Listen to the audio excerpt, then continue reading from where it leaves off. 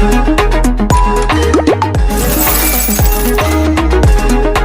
Anmol. Give me a second.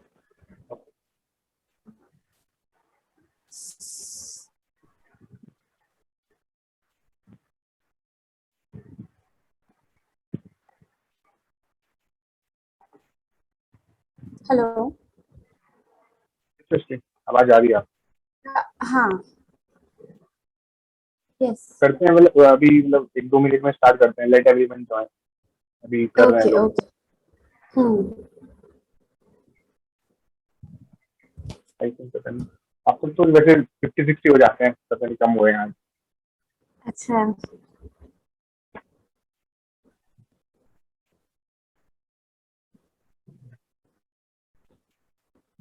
Guys we will start the session within next 5 minute let everyone join तो आप wait कर सकते हैं sir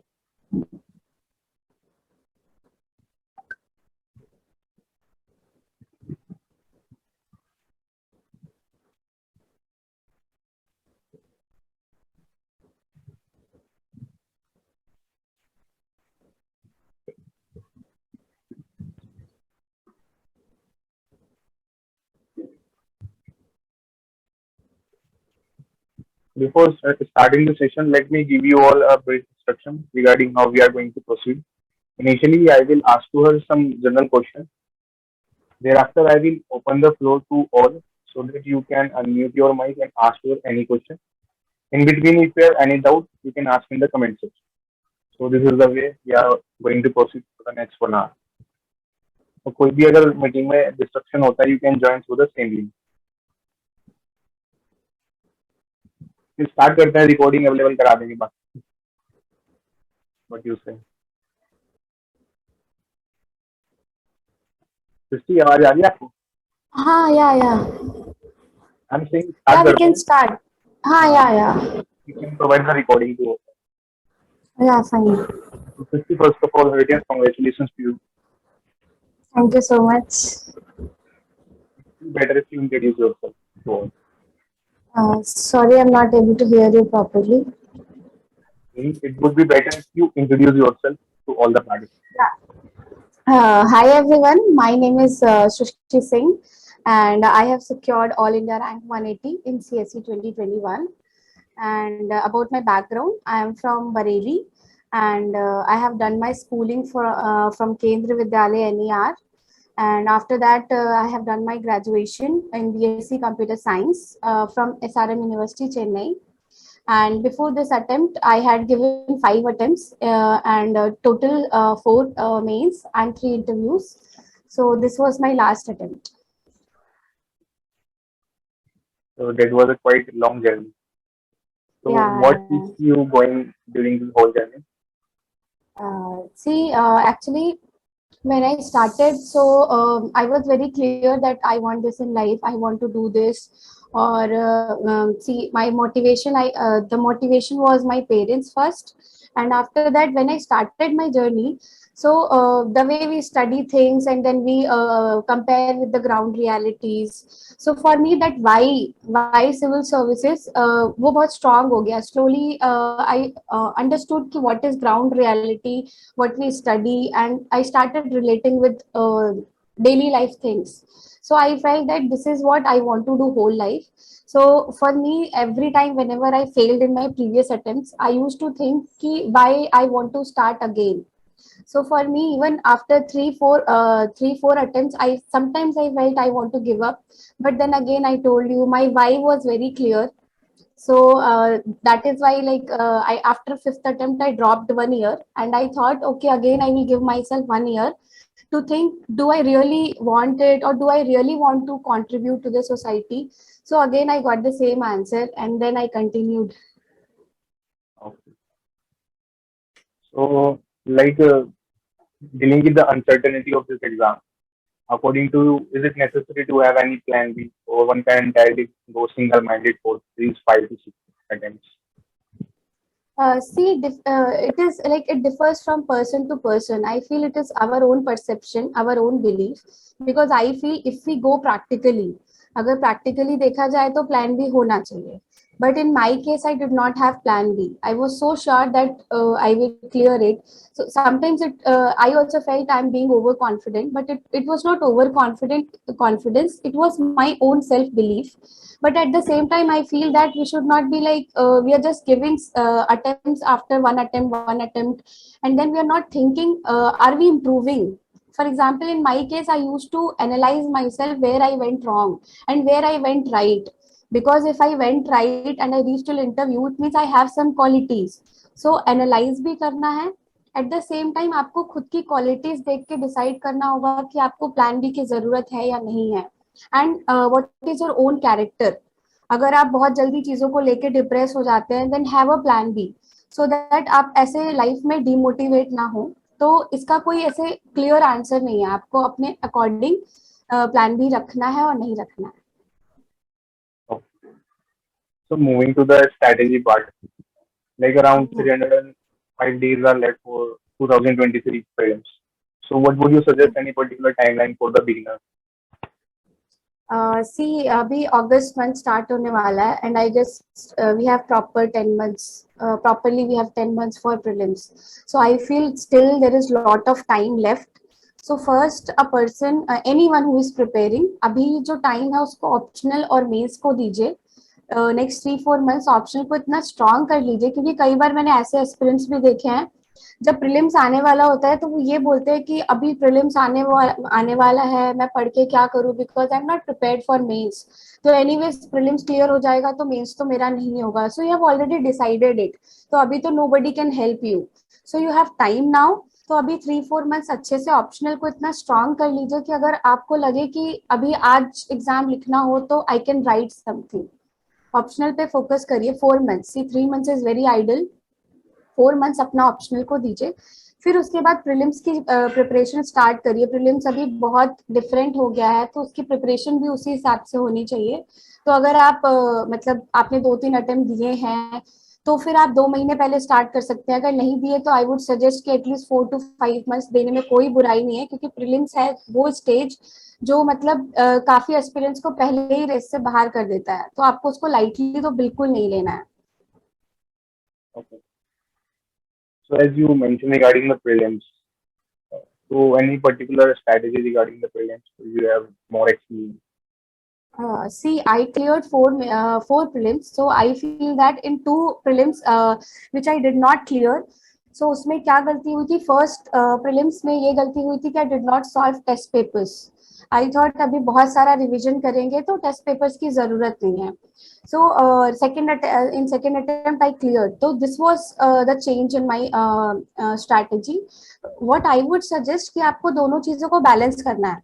test paper भी solve करने हैं और मल्टीपल रिवीजन भी करने हैं. Same time I have seen many aspirants who से I will solve 100 test papers, I will solve 120, I will solve 3000 questions.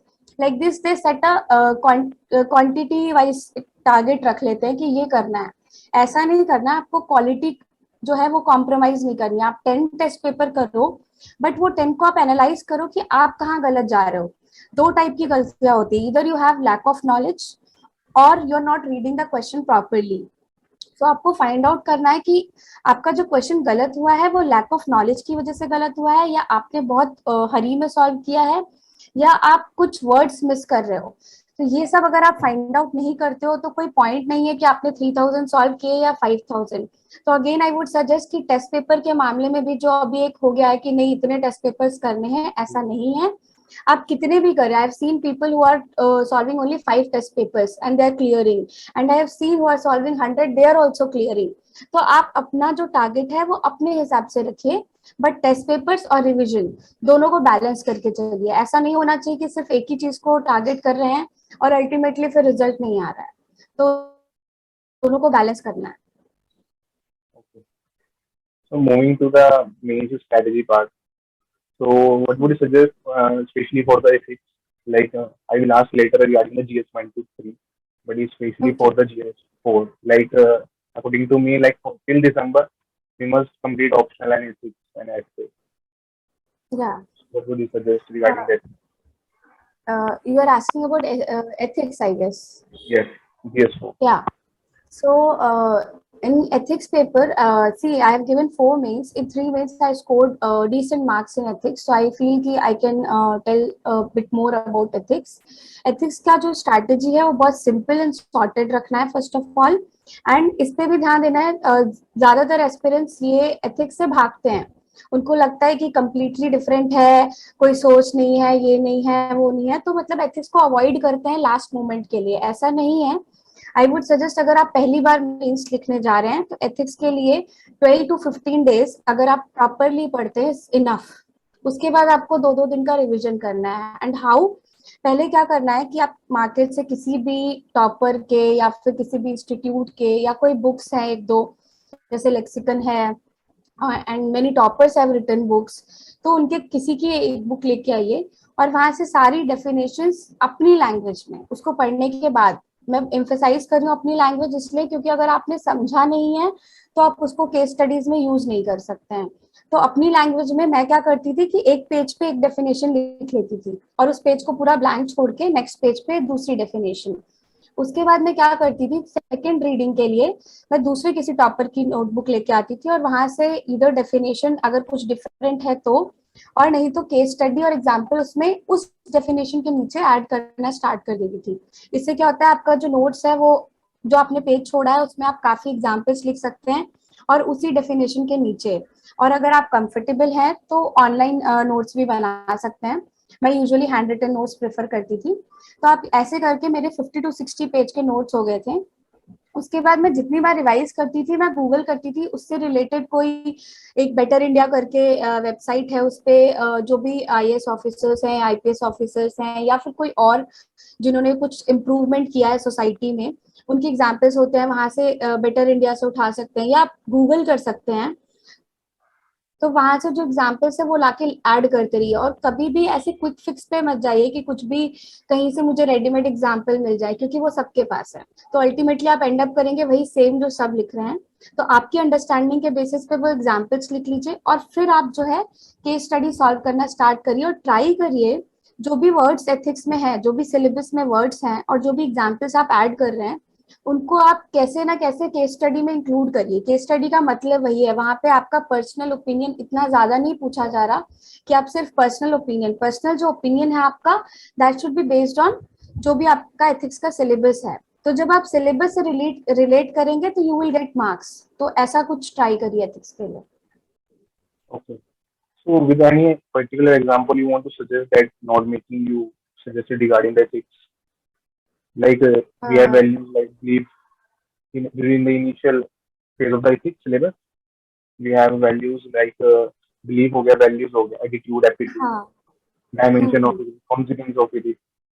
So, hmm. like you said, now you prepare one page note, then you या. mention regarding the notes from the other topics.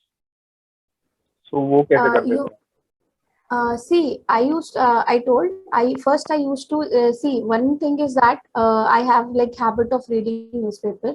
तो मैं वो example वहां से daily उठाती थी और या फिर मैं गूगल करती थी इन द सेंस कि good work done by IAS officers, good work done by IPS officers और any other like social worker, वो सारा आपको वहां उठा के ऐड करना है. एंड इफ यू वांट, मैं आपको अपने वो जो एथिक्स वाले नोट्स हैं आई will share so that you can share with other people. तो वो कर सकते हैं. So, what would your strategy regarding your optional philosophy? Any comprehensive strategy you want to suggest? Yeah. So for philosophy, firstly, see, first two attempts, I remember I used to rely completely on coaching notes. तो उससे क्या हो रहा था, I was getting marks but वो average marks आते थे 240 250. And वो 240 50 बहुत हार्डवर्क करने के बाद मैं वहीं पे स्टक हो गई थी. तो what I did in my third mains, मैंने बुक्स हैं वो पढ़ना स्टार्ट किया. और जो एक मिथ था फिलोसफी में वो मुझे तब क्लियर हुआ मेरे थर्ड मेंस में कि एक मिथ है कि शॉर्ट सिलेबस है जल्दी खत्म हो जाएगा. तो मैं जब स्टार्ट करती थी तो मैं इसी माइंडसेट से स्टार्ट करती थी कि शॉर्ट सिलेबस है so I should finish in this much duration. फिर मुझे थर्ड में रियलाइज हुआ कि मुझे ऐसा नहीं करना है, ये शॉर्ट है तो it must there must be something else in this, because UPSC ऐसा नहीं करेगी कि एक ऑप्शन को शॉर्ट करेगी एक को लेंदी. देन आई अंडरस्टूड कि मुझे बहुत इन डेप्थ पढ़ना पड़ेगा. तो the syllabus is short but in depth study जो है वो फिलोसफी में बहुत ज्यादा है. Then I started reading books, और बुक्स पढ़ के मैंने जैसे 7-8 बार पढ़ने के बाद उससे खुद के नोट्स बनाए, जहां से भी मुझे लगा कि ये फिलोसफर मुझे ज्यादा क्लियर नहीं है तो वो नोट्स बनाए. सेकेंडली मैंने एक स्टैनफोर्ड करके वेबसाइट है वो देखा. ठीक है, उसके बाद मैं ऐसे पेपर 1 से स्टार्ट करती हूँ. पेपर 1 में 2 पार्ट हैं, वेस्टर्न और इंडियन. तो वेस्टर्न में भी 2 पार्ट है, एक तो मॉडर्न फिलोसफी एंड देन है कंटेम्प्रेरी फिलोसफी. तो मॉडर्न में जो प्लेटो, कांट और ये सब है, इनके लिए मैंने वाई मसीह पढ़ी. और वाई मसीह को मैंने मेरे जो लास्ट के 2 मेंस से 4 मेंस दिए हैं मैंने, तो उन दोनों मेंस में मैंने एटलीस्ट 8 टाइम्स पढ़ा होगा. वो मुझे काफी क्लियर हो गई. एंड उसके बाद मैंने उससे जो नोट्स बनाए थे वो ऐसे बनाए थे सिलेक्टिव. जो पॉइंट्स मुझे नहीं याद रहते थे मैंने सिर्फ उनको लिखा था. ऐसा नहीं किया था कि जो याद है उसके भी डिटेल नोट्स बनाए. उसके बाद मैंने वाई मसीह के अलावा स्टैनफोर्ड वेबसाइट को इसलिए पढ़ा क्योंकि कई बार क्या होता है, हम किसी चीज को लेके बहुत क्लियर नहीं होते और वो आप एक बार रीड कर लेते हैं थोड़ा इन डेप्थ तो क्लैरिटी आ जाती है. बट वहां से मैंने बहुत हार्डली 2-3 पॉइंट उठाए होंगे, बहुत ज्यादा नहीं. At the same time NPTEL के वीडियोस हैं, यूट्यूब पे भी हैं और एनपीटीएल की वेबसाइट पे भी हैं. तो वहां से मैं क्या करती थी, रात में डेली, जैसे मैंने आज 2 फिलोसफर पढ़े, तो रात में मैं डेली बिफोर स्लीपिंग उनके वीडियोस ऑन कर लेती थी और सुनती रहती थी. तो एक बार आप जब सुनते हैं किसी का बोला हुआ तो और क्लैरिटी आती है. तो this way I like cleared all my doubts regarding philosopher. तो मेरी इन डेप्थ स्टडी हो गई. देन कंटेम्प्रेरी के लिए again I would suggest Stanford website. Then IGNOU के नोट्स हैं एंड अगेन एनपीटीएल. कंटेम्प्रेरी का जो कंटेंट है वो किसी एक बुक में आपको नहीं मिलेगा, बट हाँ सेम टाइम कंटेम्प्रेरी जो फिलोसफी है it is very easy to understand. Since उसका कोई सोर्स नहीं है तो हम उससे डरते रहते हैं कि डायरेक्ट सोर्स नहीं है तो we will not be able to understand. और we try to find out the easier way. इसलिए हम जस्ट अ सेकेंड. तो जो हम इजियर वे ढूंढते हैं उसके लिए हम क्या करते हैं, किसी एक नोट से हम 3-4 पेज में पढ़ लेते हैं. बट कंटेम्प्रेरी फिलोसफी के लिए आपको जो है आप स्टैनफोर्ड की वेबसाइट पर जाइए, उसको प्रॉपर से पढ़िए, वहां से नोट्स लीजिए और फिर एनपीटीएल एंड देन इग्नू पे भी है.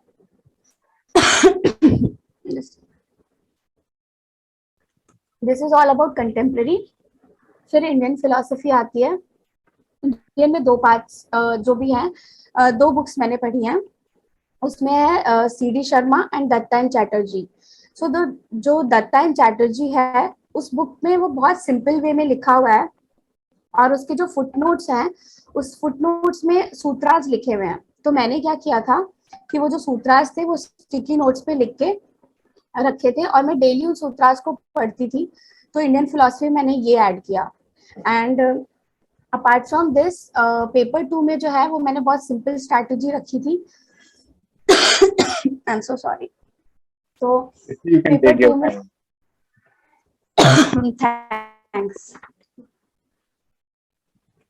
हाँ, तो पेपर 2 में मैंने क्या किया था, बहुत स्मार्टली डील किया था उसको. बहुत सारा कंटेंट नहीं रखा मैंने. जो पास्ट प्रीवियस के क्वेश्चन पेपर थे उसमें वो पढ़ के मैंने ये निकाला कि इसमें से कौन से क्वेश्चन बार बार रिपीट हो रहे हैं, एक वो, और कौन से क्वेश्चन अभी नहीं पूछे गए हैं सेम टॉपिक से. I am so sorry. No issue.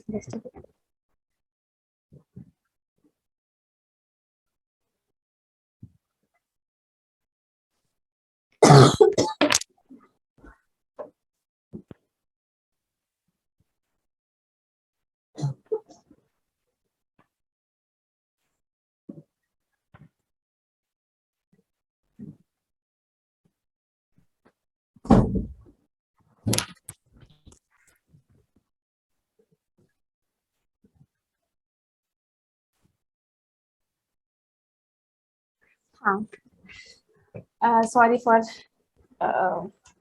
या. No issue. सो हाँ, पेपर 2 के लिए मैं बता रही थी. तो पेपर 2 में आपको क्या करना है कि पहले तो प्रीवियस ईयर को अच्छे से एनालाइज करके वो टॉपिक्स निकाल लीजिए. फिर जो सिलेबस में है वो पढ़ना है. अपार्ट फ्रॉम दैट सिलेबस के अलावा जो है आपको जीएस के जो भी आप एग्जाम्पल्स पढ़ते हैं उनको ऐड करना है. सेकेंड, आपको क्या करना है कि जीएस के एग्जाम्पल ऐड किया आपने, अपार्ट फ्रॉम दैट मैंने क्या किया था, जो पॉलिटिकल साइंस के थिंकर्स होते हैं वो 10-12 थिंकर्स लिख लिए और उनके कुछ कोट्स लिख लिए, और ऐसा फिक्स कर लिया कि अगर वुमेन रिलेटेड कोई क्वेश्चन आता है तो I will definitely add this political thinker, और अगर इससे रिलेटेड आता है तो ये ऐड करूंगी। दिस इज हाउ जो सोशल पॉलिटिकल वाला पार्ट है वो मैंने बहुत सिंपल ऐसे 10 to 12 पेजेस में खत्म कर दिया था। देन फिलोसफी ऑफ रिलीजन, उसकी एक पतली सी बुक आती है जॉन हिक की, वो बुक पढ़ी थी और अपने coaching notes. Apart from that कुछ भी नहीं पढ़ा था, क्योंकि फिलोसफी ऑफ रिलीजन जो है उसके क्वेश्चंस मैंने ज्यादा ना करके सोशो पॉलिटिकल किया था, तो पेपर 2 जो है मैंने एज आई सेड कि बहुत सिंपल एंड सॉर्टेड रखा था। Are you comfortable? Yeah, now I have cuffs, that's why, but it's okay. Yeah. So what would you suggest a particular strategy for essay? Essay, okay.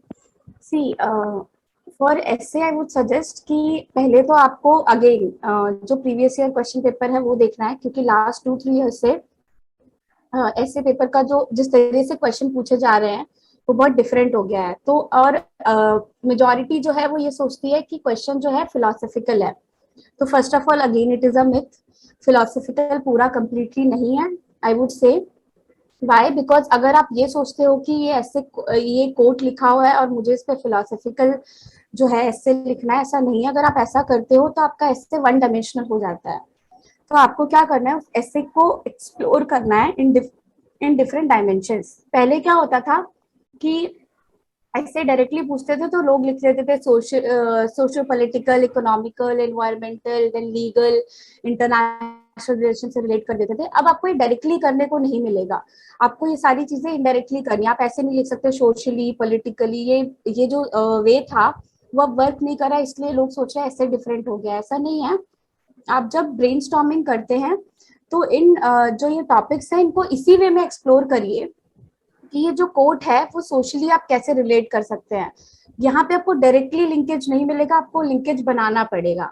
उसके बाद linkage बनाने के बाद आपको एक जो एक पैरा होगा वो आप ऐसे में एक ऐसा भी पैरा होगा जिसमें आपको आप अपने इंडिविजुअल थॉट्स भी लिखने होंगे।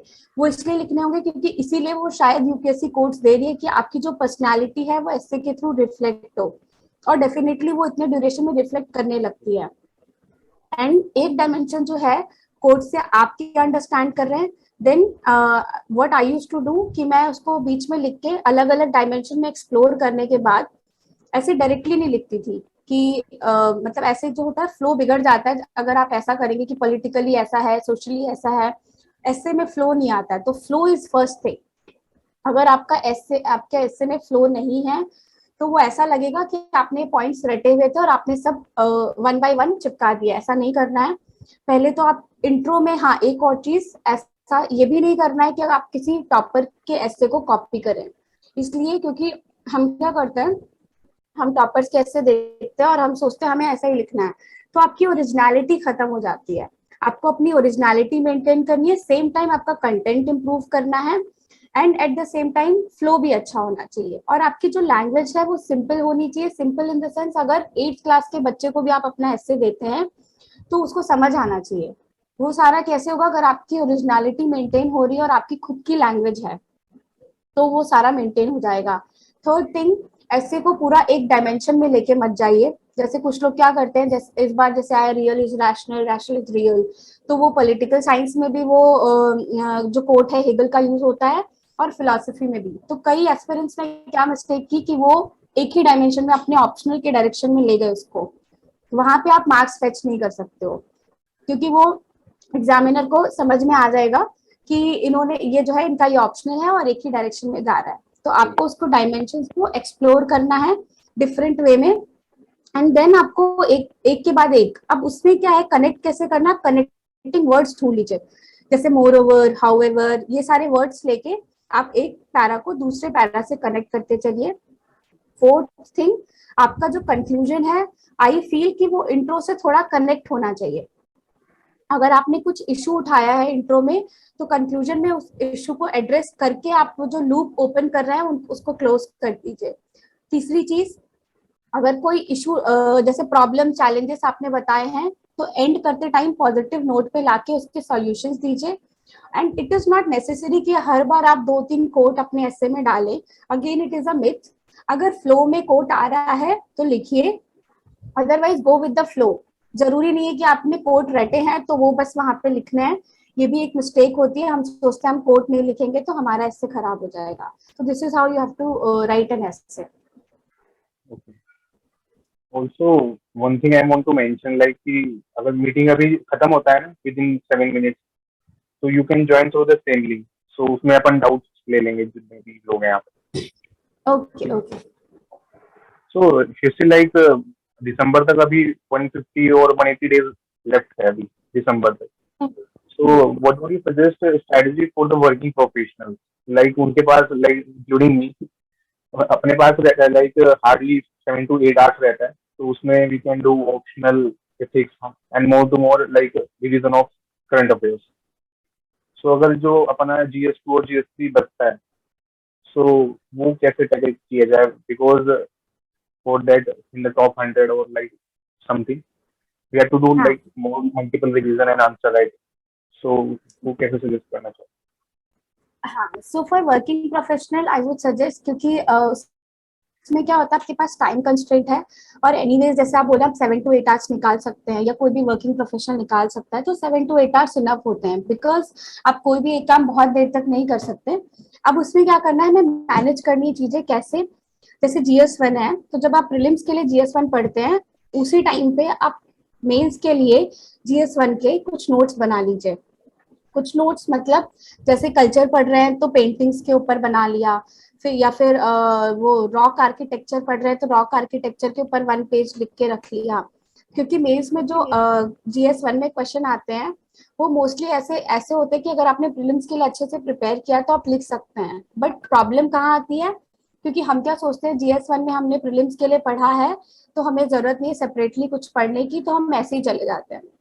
वो ना करके आप प्रीलिम्स के टाइम पे ही उसके कुछ नोट्स बना लीजिए और उसको साइड में रख दीजिए। अब आपको GS1 सीधे मेंस के टाइम पे पढ़ना पड़ेगा, बार बार नहीं पढ़ना है, क्योंकि वो आप प्रीलिम्स के लिए कर रहे हैं, तो 1-1 पेज सेपरेटली लिख लीजिए। सेकेंड थिंग, GS2 और 3 के लिए मैं बोलूंगी, GS2 और 3 जैसे मैंने इस बार क्या किया था कि GS2 का जो सिलेबस था वो उस सिलेबस में से जो भी टॉपिक थे मैंने उनको सेपरेटली पढ़ लिया। जैसे आप मैंने क्या किया था, इनसाइट्स इंडिया है तो उसकी जो वेबसाइट है उसमें उन्होंने सिलेबस वाइज पूरा कंटेंट दिया हुआ है, तो आप या तो वहां से जाके पढ़ लीजिए या फिर आप जो अपनी नोटबुक जो भी आप जिसको भी रेफर करते हैं वो पढ़ के फिर करंट अफेयर्स पढ़िए।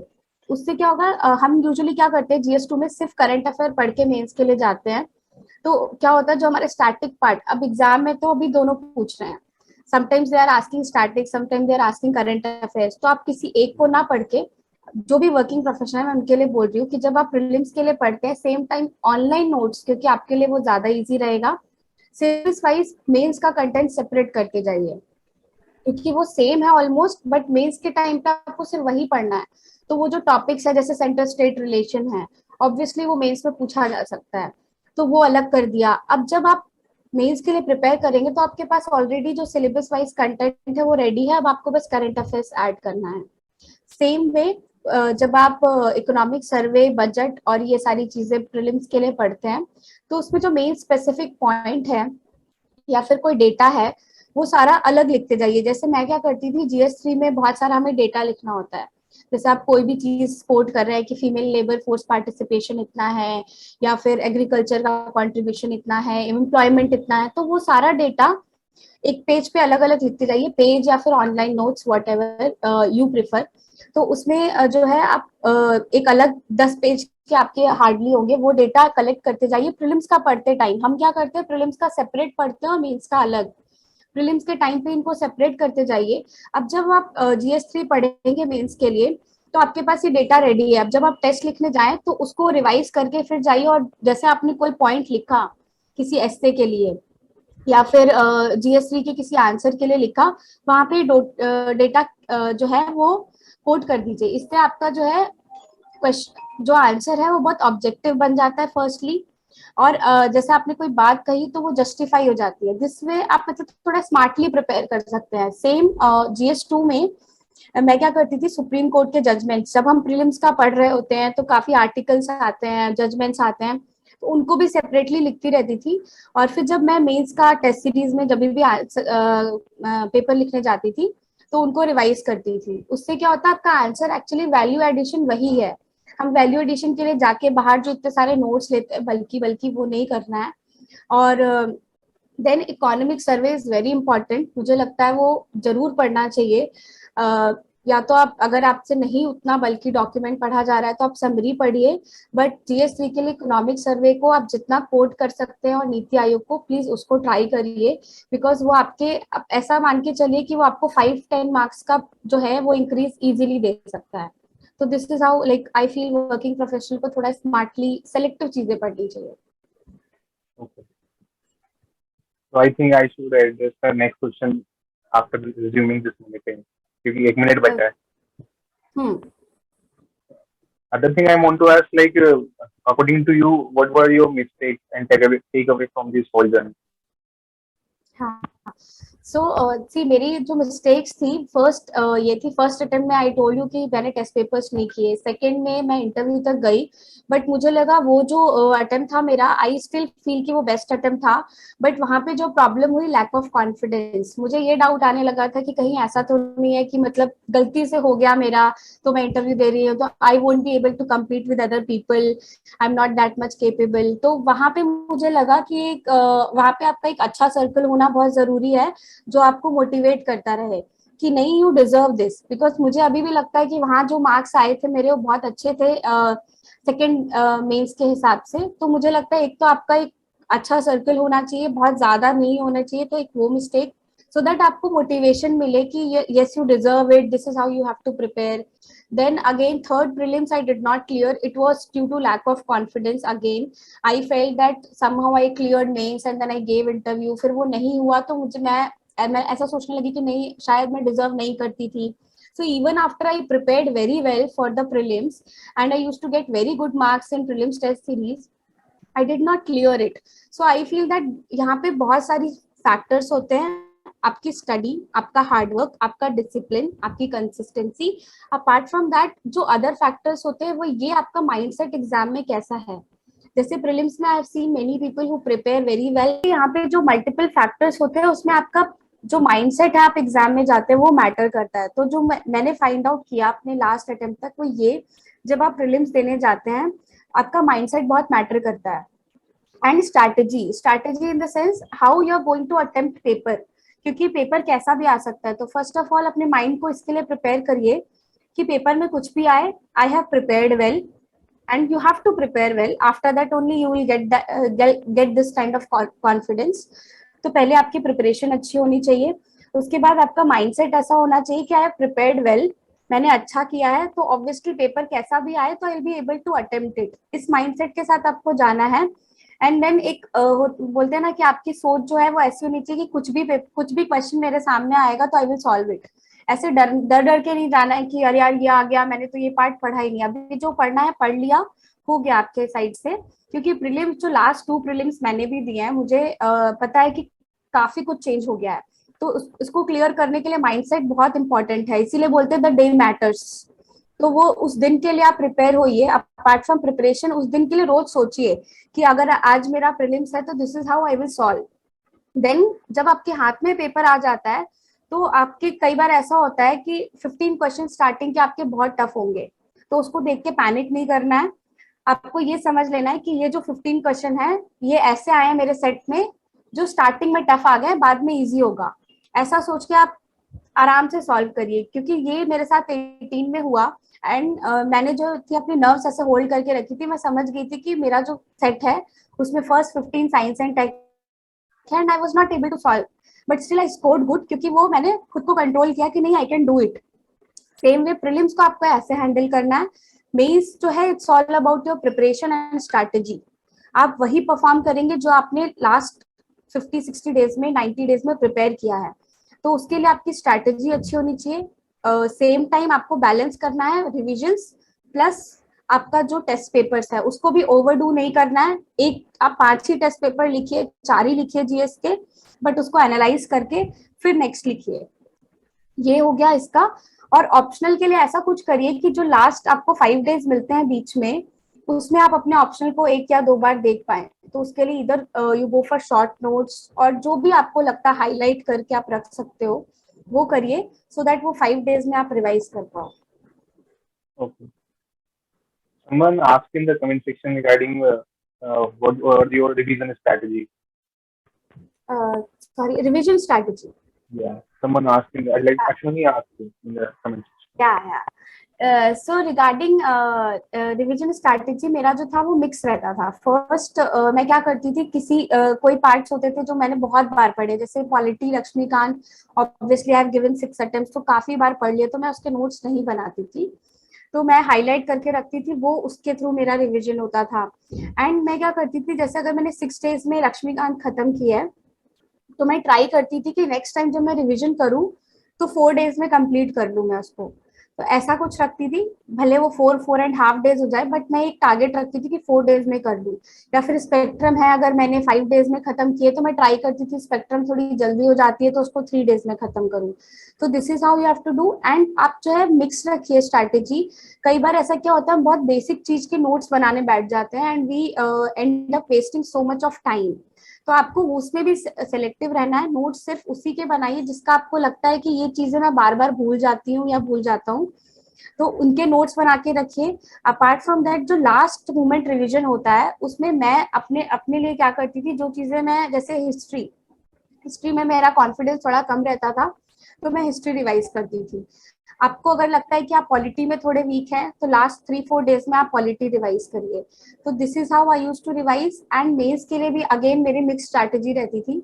मैं कुछ चीजों के नोट्स बनाती थी और कुछ को मैं हाईलाइट करके छोड़ देती थी, क्योंकि at the end of the day आप सब चीजों के शॉर्ट नोट्स नहीं बना सकते, तो be selective in that. So, Srishti, according to you, what are the importance of topper's copy? Like, what a beginner can expect from that, like structuring, addition, Yeah. and other things. Are you talking about toppers answer copies or notes? Answers copy. Yeah yeah it's very important. Answer copy, see आपको क्या करना है कि आपको जो answer copies जब आप उठाते हैं मेंस की प्रिपरेशन के लिए, तो आप आंसर कॉपीज जो हैं उनको एनालाइज करना है कि उन्होंने कैसे लिखा है, उनको कॉपी नहीं करना। I have seen many aspirants, they think कि हमें ऐसा ही लिखना है and then they end up writing something very weird and different. तो आपको जो है एनालाइज करना है कि वो कैसे लिखते हैं। कैसे लिखते हैं इन द सेंस कि अगर कोई क्वेश्चन आया, पॉलिटी का GS2 का है कोई क्वेश्चन, तो उन्होंने आर्टिकल्स लिखे हैं, जजमेंट्स लिखे हैं, वे हेड लिखा है क्या, कंक्लूजन क्या है, वो कंक्लूड कैसे करते हैं, इंट्रोड्यूस कैसे करते हैं, कुछ लोग करंट अफेयर से करते हैं। एंड अगर सेम टाइम सिर्फ आंसर्स एनालाइज नहीं करना, आपको क्वेश्चन भी देखना है कि क्वेश्चन में पूछा क्या था, तो डिमांड कैसे एड्रेस की है उन्होंने, वो सारी चीजें एनालाइज करनी है। फिर आप जैसे वही छोटा सा, मैं क्या करती थी जब मेरा फर्स्ट मेंस था, तो मैंने एक डायरी छोटी सी बहुत बना रखी थी, उसमें मैं लिख लेती थी कि अगर GS2 आया, तो मतलब मैंने एनालाइज किया कि इन्होंने आर्टिकल्स तो लिखे ही लिखे हर आंसर में, या ट्राई किया जजमेंट, तो मैं वो लिख लेती थी कि ये तो मुझे करना ही है। या फिर कई बार ऐसा होता है कि वे हेड बहुत अच्छा उन्होंने लिखा हुआ है, तो आप समझ जाएंगे कि ये इन्होंने सर्वे से लिखा है या कहाँ से लिखा है, तो ये मैंने वहीं से अपने लिए निकाला था कि ये चीजें मुझे पढ़नी है। तो टॉपर्स की आंसर कॉपी आपको डायरेक्शन देती है कि आपको इस डायरेक्शन में वर्क करना है। But again I will repeat कि किसी को कॉपी नहीं करना है, आपको उनसे सीखना है कैसे लिखना है, क्या लैंग्वेज होनी चाहिए, कि स्टैंडर्ड लैंग्वेज होती है आंसर राइटिंग की, सिंपल होती है eight the same time clear होती है। तो आपको अपनी लैंग्वेज क्लियर और सिंपल रखनी है, वो सारी चीजें आपको आंसर कॉपी से मिलेंगी। So, guys, I'm opening the floor to all of you. If you have any doubt, you unmute your mic and ask any question. Like Srishti has raised her hand.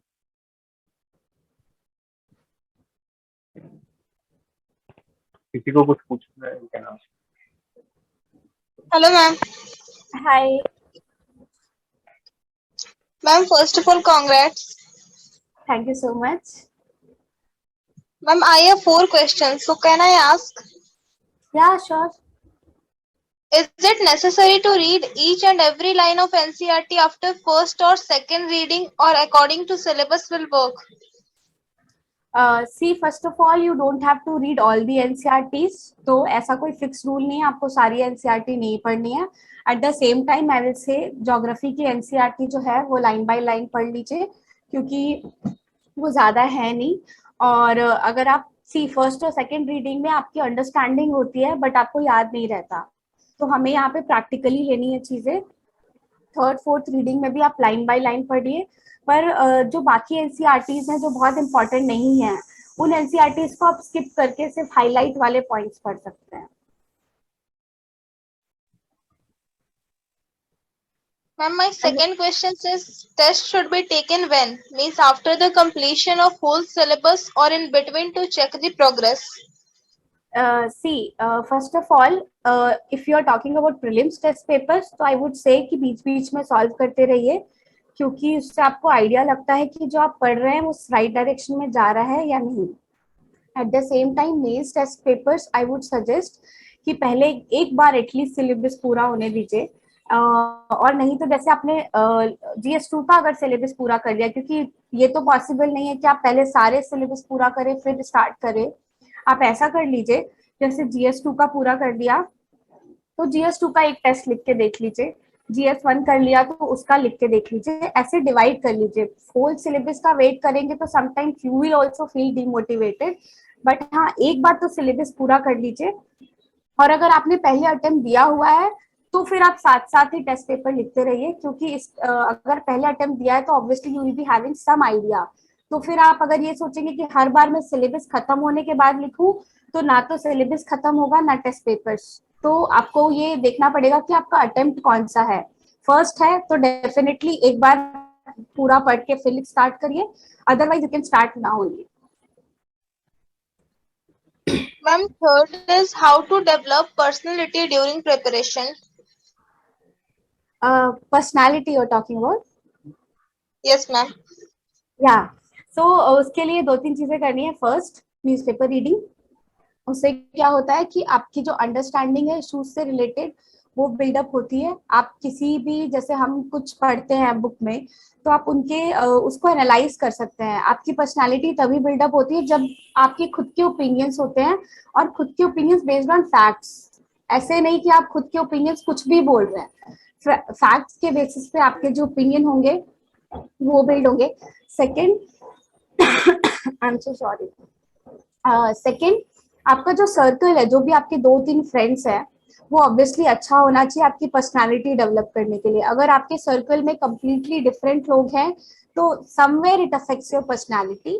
तो वो भी एक जो requirement है वो ये भी है कि आपका सर्कल जो है वो अच्छा होना चाहिए.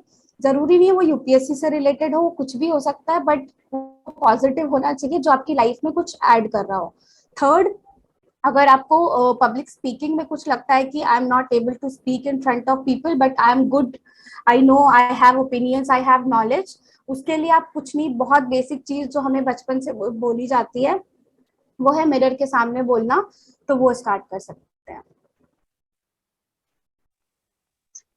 And ma'am, fourth question is about note making.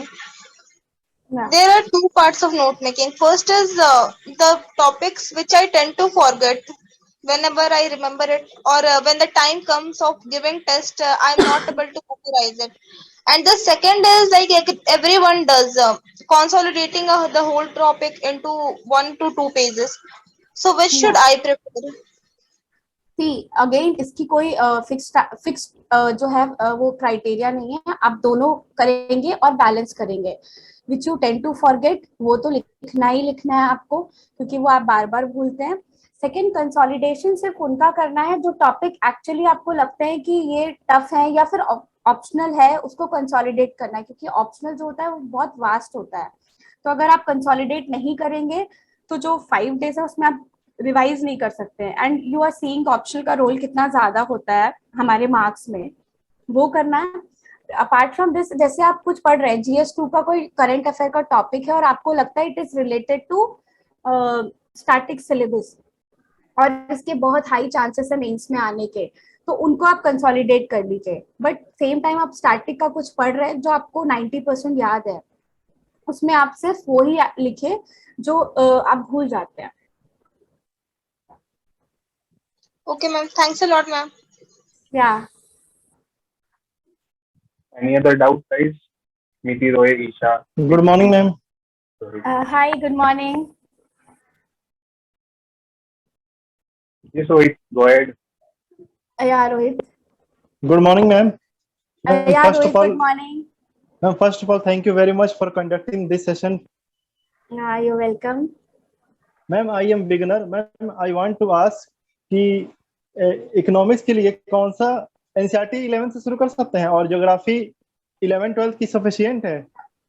अभी मैं बिगिनर हूँ, आप बता हाँ, दीजिए। ज्योग्राफी अगर आप बिगनर हैं तो आई वुड सजेस्ट 9 to 12 पूरा पढ़ लीजिए।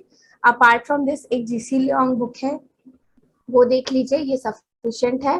पर जो 9 to 12 की एनसीईआरटी है उसको आपको बार बार पढ़ना है, क्योंकि मैं बार बार इसलिए बोल रही हूँ एनसीईआरटी ज्योग्राफी की, क्योंकि वो बहुत सिंपल है, आपको इधर उधर नहीं भागना पड़ेगा ज्योग्राफी के लिए। उसके अलावा जो है आप मैप्स तो आप इधर ऑनलाइन कर लीजिए, इतने सारे यूट्यूब प्लेटफॉर्म्स हैं जो मैप्स कराते हैं।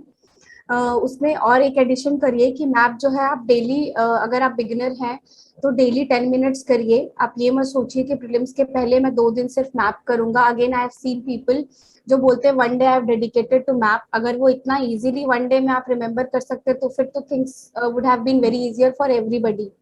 तो ज्योग्राफी के लिए 9 to 12 को बार बार पढ़ लीजिए। जीसी लियोंग पढ़ लीजिए। अगर आपको क्लैरिटी मिल जाए जीसी लियोंग से और आपको बहुत अच्छे से याद हो जाए तो आप उसको साइड में भी रख सकते हैं, ऐसा मैंने किया था। मैं हर बार 9 to 12 वाली ही पढ़ती थी। अपार्ट फ्रॉम दिस, आपका दूसरा क्वेश्चन क्या था? About economy, right. तो इकोनॉमी का मैंने क्या किया था कि जो मेरी जो बेसिक डेफिनेशन थी इकोनॉमी की, या तो मैं जो पुरानी नोटबुक्स थी मेरी उसमें से उठा के लिख लिया था एक जगह, और जो यूट्यूब पे इधर उधर के प्लेटफॉर्म से मैंने जो भी था वो डेफिनेशंस लिख लीजिए, जो भी सिलेबस में है हमारे वो कर लीजिए। या फिर आप इकोनॉमी के लिए, मैंने एक श्री राम आईएएस की नोटबुक आती है, वो जो बुकलेट है वो देख लीजिए। मैंने वो बुकलेट से जो भी डेफिनेशंस थी वो समझ ली थी, और उसके बाद मैं सिर्फ करंट अफेयर पढ़ती थी इकोनॉमी का।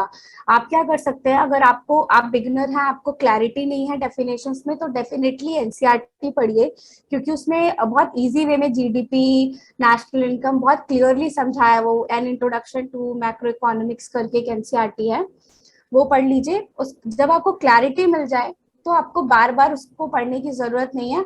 बट हाँ, 3 to 4 readings I would suggest कि एनसीईआरटी की कर लीजिए। उसके बाद कोई एक बुकलेट उठा लीजिए जहां से आप ये पढ़ सके, और फिर सिर्फ करंट अफेयर ऐड करना है इकोनॉमी में। बट प्लीज इकोनॉमी में फोकस करिए कि आपकी अंडरस्टैंडिंग बिल्डअप हो, क्योंकि अभी जो इकोनॉमी में प्रीलिम्स में क्वेश्चन आते हैं वो अंडरस्टैंडिंग बेस्ड है। तो डोंट ट्राई टू ऐसे मगअप करने का ट्राई मत करिएगा। Build your understanding in economics. मैंने कल 11 का एनसीईआरटी खरीद लिया, वो इंट्रोडक्शन टू मतलब इकोनॉमिक डेवलपमेंट वाला। क्या वो बुक सही है मतलब? हाँ हाँ, वो बुक सही है, वो आपको पढ़नी है। देखिए इकोनॉमी में क्या है ना, आपको बैकग्राउंड थोड़ा सा पता होना चाहिए। प्लस डेफिनेशंस मैं इसलिए बोल रही हूँ डेफिनेशन, क्योंकि वो अगर आपको क्लियर नहीं है ना तो आप करंट अफेयर समझ नहीं पाएंगे, क्योंकि उसमें जो वर्ड्स होते हैं अगर आपको क्लैरिटी नहीं है और वो तुरंत आती भी नहीं है, आपको कॉन्सेप्ट समझने पड़ेंगे। तो वो बुक सही है, आप डेफिनेटली वो बुक पढ़ लीजिए, ठीक है। और मैम, माइक्रो इकोनॉमिक्स में सभी चैप्टर पढ़ने हैं कि कुछ छोड़ने भी हैं? नहीं, आप एक बार, जो आपने एक बार भी नहीं देखा है ना, तो आई विल सजेस्ट यस एक मैम। बार पूरा, हाँ एक बार पूरा देखिए, क्योंकि आप तभी ऐसे, जो वो बुक है वो बहुत पतली सी है, तो आई डोंट थिंक कि वो बहुत ज्यादा टाइम लेगी। तो वो बुक पूरा देख लीजिए। वो एक्चुअली वो बुक बहुत अच्छी है, तो that's why I am telling, उसके सारे चैप्टर्स एक बार देख लीजिए। और जब आपको लगे कि हाँ मेरी अंडरस्टैंडिंग हो गई है अब इसमें, तब आप उसको साइड रख सकते हैं। माइक्रो इकोनॉमिक्स ही पढ़ना है क्या? एक दो बुक है हाँ 12th जी, में। हाँ जी, मैक्रो इकोनॉमिक्स पढ़ना है, वो बिल्कुल डेफिनेटली पढ़ना है, क्योंकि उसी में ज्यादा अच्छे से डेफिनेशंस क्लियर की गई हैं, तो वो देखना ही है आपको। मैम उसमें दो बुक है, एक माइक्रो है और एक माइक्रो है, मतलब दो दो बुक है, तो वो हाँ दोनों जी, विषय हाँ, जो हमारी दोनों पढ़ना है। इकोनॉमी है। हाँ हाँ, क्योंकि उसमें जो हमारी इकोनॉमी है वो दो पार्ट में ही डील करते हैं, मैक्रो एंड माइक्रो। पहले तो आपको वो समझना होगा मैक्रो एंड माइक्रो क्या है, तभी आपको समझ में आएगा कि आप ये दोनों बुक पढ़ क्यों रहे हैं। तो वो दोनों बुक आपको पढ़नी है। और अभी जैसे जैसा कि मैंने बोला कि एक बार ही अंडरस्टैंडिंग क्लियर हो जाए ना आपकी, फिर आप वो बुक दोनों साइड में रख दीजिएगा, उसको बार बार पढ़ने की जरूरत नहीं पड़ेगी आपको। और मैम कोई आप टीचर सजेस्ट कर सकते हैं या टॉपर नोट, जिससे मुझे मान लीजिए कोई टॉपिक समझने में दिक्कत हो रहा है इकोनॉमिक्स ज्योग्राफी का, या तो फिर उसके लिए मैं क्या करूँ, मतलब कोई साइट बता दीजिए आप। हाँ, एक तो ज्योग्राफी के लिए आप PMFIS देख लीजिएगा, क्योंकि वो मैंने मेरे लास्ट अटेम्प्ट में ही देखी थी। मुझे लगता है वो काफी जो उन्होंने ज्योग्राफी की चीजें बहुत डिटेल में और अच्छे से समझाई हैं। तो अगर आपको समझने में प्रॉब्लम है, अदरवाइज आई फील कि एनसीईआरटी में जितना सिंपल है, मुझे नहीं लगता आपको जरूरत पड़ेगी कि आप एनसीईआरटी से ना समझ के कहीं और से समझे, क्योंकि एनसीईआरटी की लैंग्वेज बहुत स्टैंडर्ड, बहुत सिंपल है। तो वो वहां से समझ नहीं आता है तो PMFIS देख लीजिए। अदरवाइज आप यूट्यूब पे अगर उसको मतलब डालेंगे और वो टॉपिक तो ऑटोमेटिकली वीडियोस आ जाएंगे, वो देख लेंगे तो आपकी अंडरस्टैंडिंग बन जाएगी। अपार्ट फ्रॉम दिस, इकोनॉमी के लिए मैंने पढ़ा था वो था श्रीराम IAS की बुक, क्योंकि मैंने प्रिपरेशन बहुत पहले स्टार्ट कर दी थी। उस टाइम पे वही बुक काफी फेमस थी। बट अभी मैंने लोगों से जो सुना है वो बोलते हैं कि मृणाल सर के वीडियोस जो हैं वो भी काफी हेल्पफुल है, तो आप वो भी देख सकते हैं। श्री राम नहीं, इसके दो बुक आता है, एक तो श्री राम सर का नोट्स आता है और एक बुक आता था, कौन सा पढ़ना है मैम। हाँ, मैंने जो था वो बुकलेट पढ़ी थी, नोट्स नहीं पढ़े थे। उनकी कुछ 300 पेज की बुकलेट थी मेरे पास, मोटी सी, वो पढ़ा था। But first I think 4-5 readings जो मैंने दी थी वो पूरा लाइन बाय लाइन पढ़ा था। लेटर ऑन आई रियलाइज कि अब इसमें से कुछ पार्ट्स है जो मैं स्किप कर सकती हूँ, जैसे कि पॉवर्टी एंड अनएम्प्लॉयमेंट वाला टॉपिक है, उसमें सब कुछ लाइन बाय लाइन नहीं पढ़ना है। But at the same time banking है, मॉनेटरी पॉलिसी है, फिजिकल पॉलिसी है, ये सारी चीजें आप लाइन बाय लाइन उसमें से समझ सकते हैं उस बुकलेट से। और अगर मैंने जैसा आपको बताया कि मैंने लोगों से, अदर टॉपर्स और जो भी फ्रेंड्स उनसे डिस्कस किया है, तो पीपल से कि मृणाल सर के वीडियोस और मृणाल सर के शायद नोट्स भी है मार्केट में, उसमें भी चीजें उतनी ही इजीली समझाई गई हैं। तो आप दोनों में से कोई एक, हाँ दोनों नहीं पढ़ना है इसलिए क्योंकि आप कंफ्यूज होंगे, इकोनॉमी के लिए एक ही सोर्स रखिए और उसी सोच को रिवाइज करिए। तो दोनों में से कोई एक चूज कर लीजिए। मैंने जो पढ़ा था वो श्रीराम IAS की बुकलेट थी। Thank you very much ma'am. और ma'am Rohit Laxmikanth respect, hard topic समझने में थोड़ा दिक्कत होता है, तो उसके लिए क्या करें, मैं बिगिनर हूँ, मतलब बहुत समझ में हाँ नहीं आता है। हाँ, सी लक्ष्मीकांत जो है वो पहले तो आप फर्स्ट रीडिंग में, since your beginner you said कि समझ नहीं आता है, तो पहली जो रीडिंग है ना, आप ऐसा करिए कि एक एक चैप्टर उठाइए। अब उसमें से कुछ चैप्टर हैं जैसे पार्लियामेंट हो गया, अगेन सेंटर स्टेट, ये चैप्टर बहुत लेंदी है, तो इन चैप्टर्स को पूरा पूरा 2 दिन दे सकते हैं आप, और या 3 दिन भी दे सकते हैं फर्स्ट टाइम, और मे बी 4 दिन भी चला जाए ना, अगर कोई प्रॉब्लम नहीं है। फर्स्ट टाइम जब आप पढ़ रहे हैं तो उसकी अंडरस्टैंडिंग मतलब धीरे धीरे आराम से समझ के पढ़िए और लाइन बाय लाइन पढ़िए। जो अभी पॉलिटी के क्वेश्चन आ रहे हैं वो इजी होते हैं, एट द सेम टाइम वो ऐसे होते हैं कि since they are so easy हम समझ नहीं पाते, क्योंकि आप जैसे आप बोल रहे हैं डिफिकल्ट होता है, तो क्योंकि आप फोकस कर रहे हैं डिफिकल्ट चीजों पे, डिफिकल्ट चीजें आपको सेकेंड या थर्ड रीडिंग में क्लियर होंगी। किसी को भी आप पहली बात तो ये समझ लीजिए, जो बिगिनर्स की एक प्रॉब्लम होती है, मेरी भी थी, मैं एक बार रीडिंग करने के बाद ये सोचती थी मुझे कुछ याद नहीं है। वो किसी को नहीं रहता है फर्स्ट रीडिंग में। आपको फर्स्ट रीडिंग में फोकस करना है समझने पे, अगेन सेकेंड रीडिंग में फोकस करना है समझने पे, थर्ड में आप खुद को जज करना स्टार्ट करिए कि since it is my third reading अभी भी मुझे याद नहीं हो रहा है, तो देयर इज सम प्रॉब्लम। अभी आप फर्स्ट रीडिंग में डिफिकल्ट टॉपिक्स को बहुत स्मूथली आराम से पढ़िए। पॉलिटी में ऐसा कुछ भी नहीं है जो आपको समझ नहीं आएगा। लक्ष्मीकांत खुद में इतनी कॉम्प्रिहेंसिव बुक है, आपको डिफिकल्टी नहीं आएगी। आप एक बार ट्राई करिए, अदरवाइज जो मेरी मेल आईडी आप उस पर कॉन्टेक्ट करिएगा, again I will help you अगर आपको समझ नहीं आता है, because I am telling you Laxmikanth इतनी कॉम्प्रिहेंसिव, इतनी सिंपल बुक है कि आपको समझ आएगी। उसके बाद भी आपको कोई प्रॉब्लम होती है तो I will share my mail ID, you can contact me. But हाँ, आप उसका कोई क्वांटिटी ऐसे डिफाइन मत कर दीजिए कि आज मुझे 100 पेज पढ़ने हैं लक्ष्मीकांत के फर्स्ट रीडिंग में। This is a problem with beginners, वो खुद को ओवर एनालाइज कर लेते हैं, या टारगेट जो इतने आइडियल होते हैं वो फुलफिल नहीं होते हैं, और फिर हम at the end of the day हम ऐसे डिप्रेस हो जाते कि नहीं हुआ, नहीं खत्म हो रहा। आप खुद को कंपेयर मत करिए किसी और से। आप जो टारगेट रखिए 10 पेज का रखिए। पॉलिटी में आपको डिफिकल्टी आ रही है किसी चैप्टर में 10 पेज, बट वो 10 पेज सॉलिड अंडरस्टैंडिंग के साथ पढ़िए। Again if you will be having any problem, you can contact me. Ma'am आपका मेल आईडी क्या है? srishtisingh325@gmail.com. Rohit, one Ma'am, thing I want to Hi, ma'am. mention. Ma'am. Hello. yes sir, Yeah. yes sir. Hi. Rohit, I want to Hi, mention ma'am. something like जो Shriram IS के notes बोल रहे थे आप, so you can refer Yes. lecture Payal ma'am जो rank secure पे पढ़ाती है आई थिंक यूट्यूब पे। उन्होंने लास्ट ईयर इंटरव्यू दिया था, तो आप एक बार गो थ्रू किए, वो बहुत अच्छा पढ़ाया है उन्होंने वहाँ पे। एंड रिगार्डिंग लक्ष्मीकांत, तो आप मेरे लेक्चर देख लेते हैं, वो मैंने भी यूट्यूब पे पढ़ाए हैं। क्या फिर से रिपीट कीजिएगा पायल मैम का और लक्ष्मीकांत का? मैं समझ नहीं पाया सर। रैंक सिक्योर पे पढ़ाती है, उन्होंने लास्ट ईयर इंटरव्यू दिया था, तो आप देखेंगे श्रीराम के नोट्स में भी कॉन्सेप्ट क्लियरिटी बहुत ज्यादा दी है उन्होंने, तो आप वहाँ से कंप्लीट कर लेना इंस्टेड ऑफ मोनाल सर, क्योंकि वो 1000-1500 पेज पे पहुंच चुके हैं। तो उसमें क्या फिर से रिपीट कीजिएगा कि उन्होंने श्रीराम सर के? अरे श्रीराम सर के जो नोट्स है ना आपके, उनके लेक्चर्स फॉर्म में एक्सप्लेन किया है आपको। ठीक है सर। और सर आप दूसरा क्या बोलते हैं लक्ष्मीकांत का? Laxmikanth you can refer to my lectures on YouTube, तो डाल देना, उनको क्वालिटी तो आ जाएगा।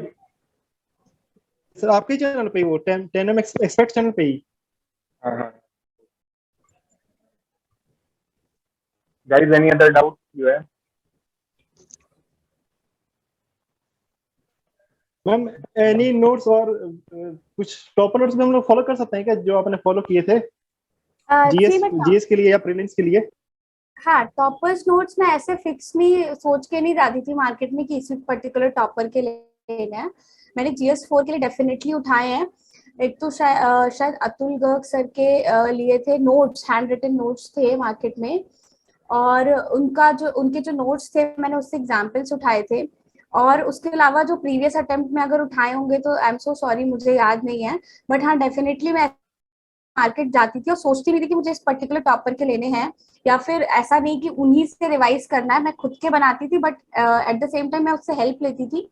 तो आप ऐसे मार्केट जाइए या फिर ऐसे ऑनलाइन सर्च करिए, अगर किसी के नोट्स हैं तो उसको बस रेफर कर लीजिए, क्योंकि जो भी टॉपर है ना, वो नोट्स जो वो बनाते हैं वो अपने हिसाब से बनाते हैं। फॉर एग्जाम्पल, अगर मुझे वैल्यूज की डेफिनेशन बहुत क्लियर है तो मुझे उसके 4 एग्जाम्पल्स बहुत अच्छे से याद है, तो मैं वो 4 ना लिख के 5वां लिखूंगी जो मुझे नहीं याद है।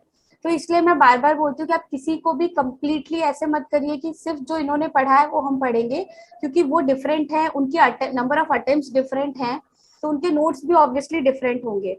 बट नोट्स जो है उनके अगर आप मार्केट से उठाते हैं तो उनको देख लीजिए कि वो कैसे लिखते हैं, फिर उस बेसिस पे आप अपने नोट्स बनाइए। ऐसा नहीं कि आप उसी नोट्स को पढ़ के आप सोचेंगे कि since this person has got may be single digit rank तो आई विल आल्सो गेट। उनके नोट्स में उन्होंने कितना हार्डवर्क दिया है, उस हार्डवर्क को आपको भी करना पड़ेगा वो रैंक लाने के लिए। तो मैं ये सजेस्ट करूंगी आप किसी के भी नोट्स उठा के लाइए और उसको देख लीजिए कि इसमें से ये पॉइंट मैं ले सकता हूँ या ले सकती हूँ, उन पॉइंट को लिख लीजिए और फिर जो है उनके नोट्स आप रख सकते हैं, क्योंकि हार्डवर्क आपको उतना इन्वेस्ट करना पड़ेगा, तो उससे आपको भागना नहीं है, आप उसके लिए रेडी रहिए। बस हाँ, टॉपर के नोट्स आप हेल्प जरूर लीजिए कि वो कैसे नोट्स बनाते हैं या उन्होंने क्या पॉइंट्स लिखे हैं जो इम्पोर्टेंट है। I hope you got the answer.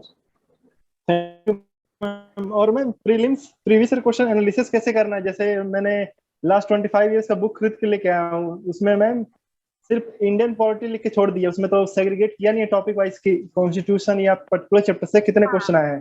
तो मुझे मतलब देखने में बहुत दिक्कत हो जाता है, मतलब कोई क्वेश्चन इधर देखा है कोई उधर देखा है। जी इसमें क्या करना है आपको कि पहले तो आप ये मत सोचिए कि जो 25 ईयर्स है उसके सारे एक साथ कर लेंगे, क्योंकि अभी लास्ट 5 ईयर्स से थिंग्स हैव चेंज। तो पहले ये लास्ट 5 ईयर्स के देखिए, उसमें देखिए कैसा पैटर्न है। आपको प्रीवियस ईयर क्वेश्चन एनालिसिस में सिर्फ ये नहीं करना है कि आपने जैसा कि इस टॉपिक से इतने क्वेश्चन आए हैं, ऐसा सिर्फ ऐसा एनालाइज नहीं करना है आपको ये भी देखना है कि वे ऑफ क्वेश्चनिंग क्या है, कैसे पूछा जा रहा है। या यूपीएससी जो है वो जो जो पॉइंट, जो ऑप्शंस दे रही है वो कैसे दे रही है, लैंग्वेज क्या है, एनालिसिस करते टाइम वो भी देखना है। जैसे क्या होता है, कुछ लोग बीच में ट्रेंड चला था कि if this statement is given like this तो ये इनकरेक्ट होगा, ऐसे एनालाइज नहीं करना है। यूपीएससी ऐसा कोई फिक्स रूल फॉलो नहीं करती है। आप उनके वे ऑफ फ्रेमिंग सेंटेंस देखिए कि कैसे फ्रेम करते हैं। तो अगर इस टाइप के सेंटेंसेस आते हैं तो मुझे इस तरह से उनको पढ़ना है। उसका कोई फिक्स रूल नहीं है कि इस टाइप के सेंटेंस रॉन्ग होंगे, इस टाइप के सेंटेंस सही होंगे। आप ये एनालाइज करिए, प्लस साइड में जो ये है ये आपकी खुद की मेहनत होगी कि किस टॉपिक से क्या क्वेश्चन आए हैं। जैसे आप किसी भी बुक को अगर आप लेके आते हैं, जो आपने बोला 25 ईयर्स लेके आए हैं, तो हर बुक में आपको जो है वो ऐसे ही टॉपिक्स मिलेंगे, इंडियन पॉलिटी, इंडियन हिस्ट्री और ज्योग्राफी। आपको खुद से देखना है कि आप जब आप, क्योंकि साइड बाय साइड आप सिलेबस भी पढ़ रहे हैं, तो आप देखेंगे कि पार्लियामेंट से क्वेश्चन आता है, फंडामेंटल राइट्स से क्वेश्चन ज्यादा आता है। तो जब आप फंडामेंटल राइट्स पढ़ें तो फंडामेंटल राइट्स पढ़ते टाइम आपको खुद रिकॉल होगा कि इस फंडामेंटल राइट्स से इस टाइप का क्वेश्चन आया था। इसीलिए जब आप प्रीलिम्स के लिए पढ़ते हैं and you told you are a beginner, तो आप जो है जो प्रीवियस ईयर क्वेश्चन पेपर है वो साइड में रख के ही पढ़िए। आपको ये कहीं से ऐसे जो आपने बोला वो ऐसे बन के नहीं आएगा कि इस टॉपिक से इतने क्वेश्चन आए, क्योंकि इसका कोई फिक्स रूल नहीं है कि 7 आए तो 7 अगली बार भी आएंगे। हो सकता है 3 ही आए और अगली बार 9 आ जाए। इसलिए आप उन टॉपिक्स को अच्छे से पढ़ लीजिए जिस टॉपिक से फ्रीक्वेंटली पूछा जाता है। बट एनालाइज करते टाइम आप उनकी लैंग्वेज पे ज्यादा ध्यान दीजिए। मुझे लगता है लैंग्वेज जो है उनकी, कैसे पूछते हैं वो क्वेश्चन, अगर आप उससे यूज टू हो जाते हैं तो बहुत हेल्प मिलती है। बिकॉज क्या होता है, हम इतने सारे टेस्ट देते हैं ना, तो हम कोचिंग इंस्टीट्यूट की लैंग्वेज से ज्यादा फेमिलियर हो जाते हैं और हम जाके वही ट्राई करते हैं एग्जाम में रेप्लिकेट करने का कि अगर ऐसा कुछ आया। जैसे क्या हुआ, फॉर एग्जाम्पल मैंने एक इंस्टीट्यूट के 30 सॉल्व किए। अब क्या होता है, मुझे अब मेरी आदत पड़ गई है एंड आई नो कि मैंने 29 पेपर सॉल्व किए, इस इंस्टीट्यूट की जो वे ऑफ क्वेश्चनिंग है वो ऐसी है, तो ये स्टेटमेंट गलत होगा। तो क्या होता है, हम वैसे सॉल्व कर देते हैं and we get 120 110 marks and हम खुश हो जाते हैं कि, बट वो क्यों है, क्योंकि आप उनके वे ऑफ क्वेश्चनिंग से फेमिलियर हो गए हैं। सेम वे आपको वे ऑफ क्वेश्चनिंग जो यूपीएससी की है उससे फेमिलियर होना है। इसलिए आपको जो प्रीवियस ईयर क्वेश्चन पेपर है यूपीएससी वाला बार बार अटेम्प्ट करके देखना है। तो दिस इज हाउ ये जो प्रीवियस ईयर क्वेश्चन पेपर है वो हेल्प करेंगे। अदरवाइज ऐसा नहीं है कि आप मतलब टॉपिक्स को सेग्रीगेट कर देंगे अगर, तो आपको पता चल जाएगा ये टॉपिक पढ़ना है ये नहीं। आपको किस टॉपिक पे ज्यादा फोकस करना है वो आपको पता चलेगा। अदरवाइज सिलेबस में जो है वो सब पढ़ना है। I hope you got the answer. Ma'am किसी टीचर ने एक्सप्लेन नहीं किया कि अप्रोच कैसे करना इनका सोल्यूशन को, तो समझना कैसे क्वेश्चन को। देखिए इसके, I am so sorry Anmol, I couldn't hear you. किसी ने एक्सप्लेन नहीं किया कि लास्ट मैम अपने पीवाईक्यू के नोट्स बनाए सोल्यूशन के, मुझे उसके सोल्यूशन मिलते ही नहीं है। क्वेश्चन मिल जाता है कि इस टॉपिक से इतने क्वेश्चन है, सोल्यूशन कैसे अप्रोच करें मैम कि इसका यही रियलिस्टिक सोल्यूशन है जो हम लोग एग्जाम में रेप्लिकेट कर सकते हैं। फर्स्ट आपने बोला कि सोल्यूशन नहीं मिलते तो सोल्यूशन एग्जाम में, ऐसा देखिए फिर मैं बोलूंगी आप इस माइंडसेट से एग्जाम में नहीं जाइए। जैसा आपने बोला किसी यूट्यूब पे या किसी प्लेटफॉर्म पे ऐसा कुछ नहीं है कि इन्होंने प्रीवियस ईयर क्वेश्चंस को बताया। डेफिनेटली आप वो सुन लीजिए, बट ऐसा कोई ट्रिक लेके माइंड में मत जाइए कि इस ट्रिक से डेफिनेटली सॉल्व हो जाएगा। आप ट्रिक्स को सुनिए, हो सकता है वो 2 क्वेश्चन में एप्लीकेबल हो बट एक में ना हो। तो इसलिए मैं बोल रही हूँ आप जो आपकी जो स्ट्रैटेजी है ना बहुत सिंपल रखिए। Don't go for shortcuts. आप रिविजन्स करिए, टेस्ट पेपर सॉल्व करिए, प्रीवियस ईयर क्वेश्चन पेपर देखिए, आपको खुद में चेंज दिखेगा। शॉर्टकट्स के लिए आप जाएंगे कि ट्रिक्स लेके जाएंगे एंड अगर लास्ट 2 साल से जैसा हो रहा है कि पेपर अलग ही आ जाता है और वो आ गया तो आप पैनिक कर जाएंगे। बेटर है आप जैसे अगर आप यूट्यूब प्लेटफॉर्म पे जाके ट्रिक्स सुनिए और ट्रिक्स को माइंड में रखिए कि अगर आया ऐसा तो मैं यूज कर लूंगा या कर लूंगी, जो भी है वो ट्रिक्स मैं यूज कर लूंगा। बट ऐसा सोच के मत जाइए कि ये ट्रिक्स मुझे यूज करनी ही है। जैसे मैंने बोला कि कुछ नोट्स होते थे मैं वो यूज करती ही थी, वो आप कर सकते हैं, बट ट्रिक्स को लेके अगर आप ये सोचेंगे उस बेसिस पे आप क्लियर कर ले, that can help you in 1 और 2 और मे बी 3 क्वेश्चंस। वो आपको हेल्प कर सकते हैं अपने मार्क्स इंक्रीज करने में। बट आपको रिलाई अपने हार्ड वर्क पे ही करना होगा कि ये 3 चीजें आपको करनी ही है। टेस्ट पेपर सॉल्व करना है, मल्टीपल रिविजन करना है और प्रीवियस ईयर क्वेश्चन पेपर देखना है। थर्ड आपने बोला कि उसके सॉल्यूशन नहीं दिए हैं, तो डेफिनेटली जो आप बुक लाए हैं 25 ईयर्स वाली, उसमें सॉल्यूशन दिया होगा, ABCD जो भी है वो लिखा होगा। वो देख लीजिए और फिर उस टॉपिक को गूगल करिए, बिकॉज सोल्यूशन डेफिनेटली दिया होगा उस बुक में। आई थिंक वो दिशा पब्लिकेशन की बुक है, तो उसमें दिया मैं हुआ है। मेंस पीवाईक्यू का बोल था, मेंस का बोल था, अच्छा मेंस अच्छा previous year okay question okay, का, उसके नहीं मुझे मिलते लगा हैं। अभी, हाँ ओके ओके ओके। मेंस का देखिए, अगर आप किसी ऐसे बुक को ढूंढेंगे कि मेंस का मॉडल आंसर हो, तो वो कोई मॉडल आंसर परफेक्ट नहीं होता। मॉडल आंसर बस एक आइडिया है कि आप ऐसा लिख सकते थे। अदरवाइज आप सेम क्वेश्चन पे देखेंगे, सेम टॉपर, अगर आप उसको 2 बार वो क्वेश्चन देंगे, दोनों बार वो थोड़ा डिफरेंट आंसर लिखेंगे। तो उसका कोई, आपने बोला कि उसको जाके हम एग्जाम में रेप्लिकेट कर सके, वो नहीं हो पाएगा क्योंकि क्वेश्चन डिफरेंट होते हैं हर बार। तो again don't go with fix mindsets, आप आंसर राइटिंग की प्रैक्टिस करिए, ऑटोमेटिकली आपके फ्लो में आ जाएगा। अगर आपका कंटेंट अच्छा है और आपने प्रैक्टिस की है, ऑटोमेटिकली आ जाएगा। और जो मेंस के प्रीवियस ईयर क्वेश्चन पेपर है, उनको जो है आप लिख के जब देखेंगे ना, या फिर आप गूगल भी करेंगे ना, तो उन पे जो कंटेंट मिलेगा आपको आइडिया लग जाएगा कि ये तो मुझे लिखना है उसमें। बट उसका कोई मॉडल आंसर मत ढूंढिए, अदरवाइज आप बहुत रेस्ट्रिक्टेड हो जाएंगे अपने आंसर को लेके। Thank you very ma'am much ma'am. Ma'am you welcome Rohit. या हाय मैम, हिस्ट्री के लिए बहुत सारा रिसोर्स है ma'am, like NCERT plus ancient history के लिए R S Sharma, like which is better ma'am for us? हाँ या बिपिन सो चंद्र, बहुत सारा है। तो फर्स्टली अगर आप बिगिनर हैं, तो आप यस पहले मैम। तो, हाँ पहले तो मैं आपको बोलूंगी कि रिसोर्सेज को लिमिटेड रखना है। उसके लिए आप क्या करिए कि मॉडर्न इंडिया जो है आपकी, है मैम। आई एम सॉरी, हाँ, तो मॉडर्न इंडिया के लिए मैंने स्पेक्ट्रम पढ़ी थी, और मैंने बहुत बार स्पेक्ट्रम ही पढ़ी थी। तो आप फिक्स कर दीजिए कोई एक रिसोर्स कि मॉडर्न इंडिया के लिए मैं यही पढ़ूंगी, ठीक है। फिर उसके बाद एंशिएंट के लिए मैंने वही आर एस शर्मा सर की एनसीईआरटी पढ़ी है, वही एनसीईआरटी पढ़नी है। सेकेंड मिडिवल के लिए भी एनसीईआरटी, मैंने ये 3 ही सोर्स रखे थे, एंशिएंट मिडिवल दोनों एनसीईआरटी, और जो मॉडर्न है वो स्पेक्ट्रम से। बाकी आप बिपिन चंद्रा और ये सब आपको अब पढ़ने की जरूरत नहीं है, बिकॉज स्पेक्ट्रम खुद में बहुत कॉम्प्रिहेंसिव हो चुकी है। बिपिन चंद्रा नहीं पढ़, कोई जरूरत नहीं है पढ़ने की। स्पेक्ट्रम आप उसी को आप बहुत बार रिवाइज कर लेंगे तो ही आप बोलेंगे काफी पॉइंट्स नहीं याद है। तो स्पेक्ट्रम पे फोकस करिए मॉडर्न इंडिया के लिए।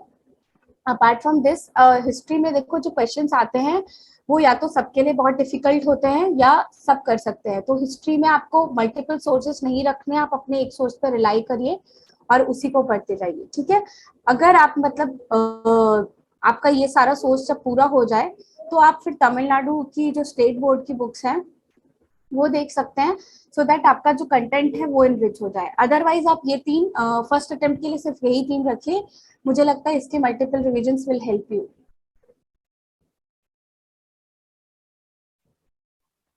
Thank you so much ma'am. Okay, So, guys, shall we conclude the session or you have any doubt?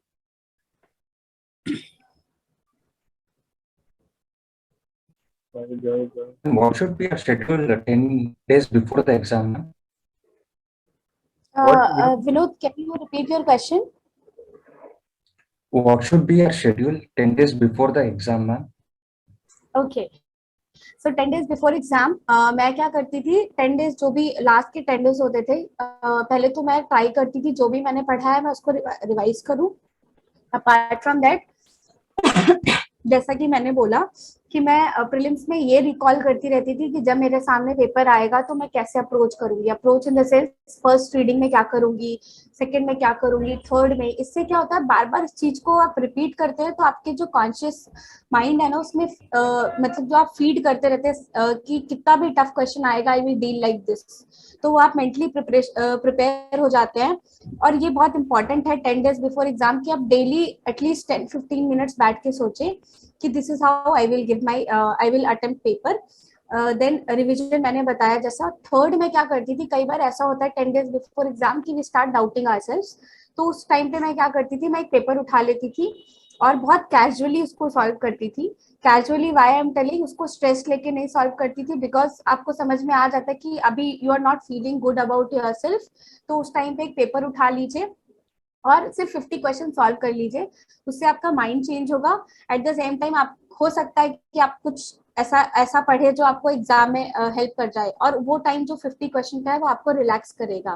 तो 10 डेज बिफोर एग्जाम मैं दोनों चीजों पे ध्यान देती थी कि मैं मैक्सिमम रिवीजन करूं और मैक्सिमम कामनेस मेंटेन करूं। तो 10 डेज बिफोर एग्जाम आपको दोनों चीजों को बैलेंस आउट करना है। और उसके अलावा आपको अगर लगता है कि ये सब्जेक्ट जो है वो मेरा आई एम वीक और I have less interest in this subject, तो उसको डेफिनेटली उस लास्ट 10 डेज में रिवाइज करिए।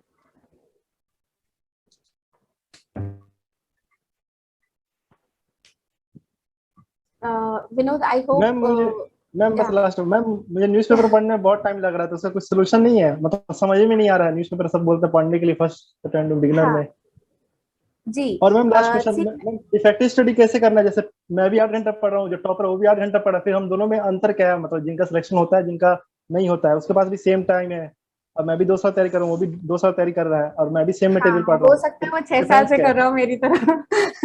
तो सी, अभी again I told one thing कि आपको कंपेयर नहीं करना है खुद से। आप अलग हैं, आप अलग इंडिविजुअल हैं। अगर आप कंपेयर करेंगे तो आपका जो भी मोटिवेशन है वो खत्म हो जाएगा। न्यूज़पेपर पढ़ने के लिए मैं बताती हूँ, न्यूज़पेपर आप स्टार्टिंग में सबको टाइम लगता है। व्हेन आई वाज बिगिनर मुझे 3-4 आवर्स लग जाते थे। तो अगेन बी थोड़ा सा सॉफ्ट विद योरसेल्फ। अगर 3-4 आवर्स लगते हैं स्टार्टिंग में, लग जाने दीजिए। ऐसा कर लीजिए, आप स्टार्टिंग में सिर्फ 2 ही आर्टिकल पढ़िए। जब आपका जो रीडिंग स्पीड है और अंडरस्टैंडिंग है वो बिल्ड होने लगे, तब आप पूरा न्यूज़पेपर पढ़ सकते हैं। तो अभी फॉर नाउ 3-4 आर्टिकल पढ़ के खत्म कर दीजिए। स्लोली आप उसको इंक्रीज करके पूरा न्यूज़पेपर कवर करिए, ठीक है? और हाँ, आपने एक और चीज पूछी कि टॉपर भी 6 घंटे पढ़ रहा है। आप घंटों में डिवाइड मत करिए अपनी स्टडी। आप अगर 7 से 8 घंटे पढ़ते हैं और कुछ लोग 12 से 13 भी पढ़ते हैं, आप वो जो 7 से 8 घंटे पढ़ रहे हैं ना, उसमें ऐसा होना चाहिए कि जो भी आपने पढ़ा है, अगर मैं आपसे पूछूं या कोई और पूछे, तो आपको वो उसमें क्लैरिटी होनी चाहिए। फोकस उस पर रखिए, क्योंकि जब एग्जाम पास में आता है ना, तो जैसे मैराथन में आप लास्ट में तेज दौड़ते हैं, आपको तेज दौड़ना पड़ेगा। तो अगर आप इतना कंपेयर करेंगे तो आप दौड़ नहीं पाएंगे, क्योंकि आप पीछे देख के ये देखते रहेंगे बाकी लोग मुझसे कितनी दूर है। तो आप अपने पे ध्यान दीजिए, आप डेफिनेटली उनसे बेटर कर पाएंगे। Guys, I think we must end this session now. So thank you, Sushi, for giving your valuable time, and thanks to all for thank you your so much Anmol. presence. भाई जब भागोगे ना ऐसे दबा के और ऐसी डायरेक्शन में भागोगे जहां कोई नहीं भाग रहा और तुम जैसा भाग नहीं पा रहा क्योंकि देख के डर रहे हैं कि यार ऐसा भागूंगा तो गिर जाऊंगा, स्टेबिलिटी नहीं मिल रही, तब ऐसी सक्सेस मिलेगी जितना वो लोग पूरे लाइफ में नहीं। आपको पता चलेगा आप 3 साल में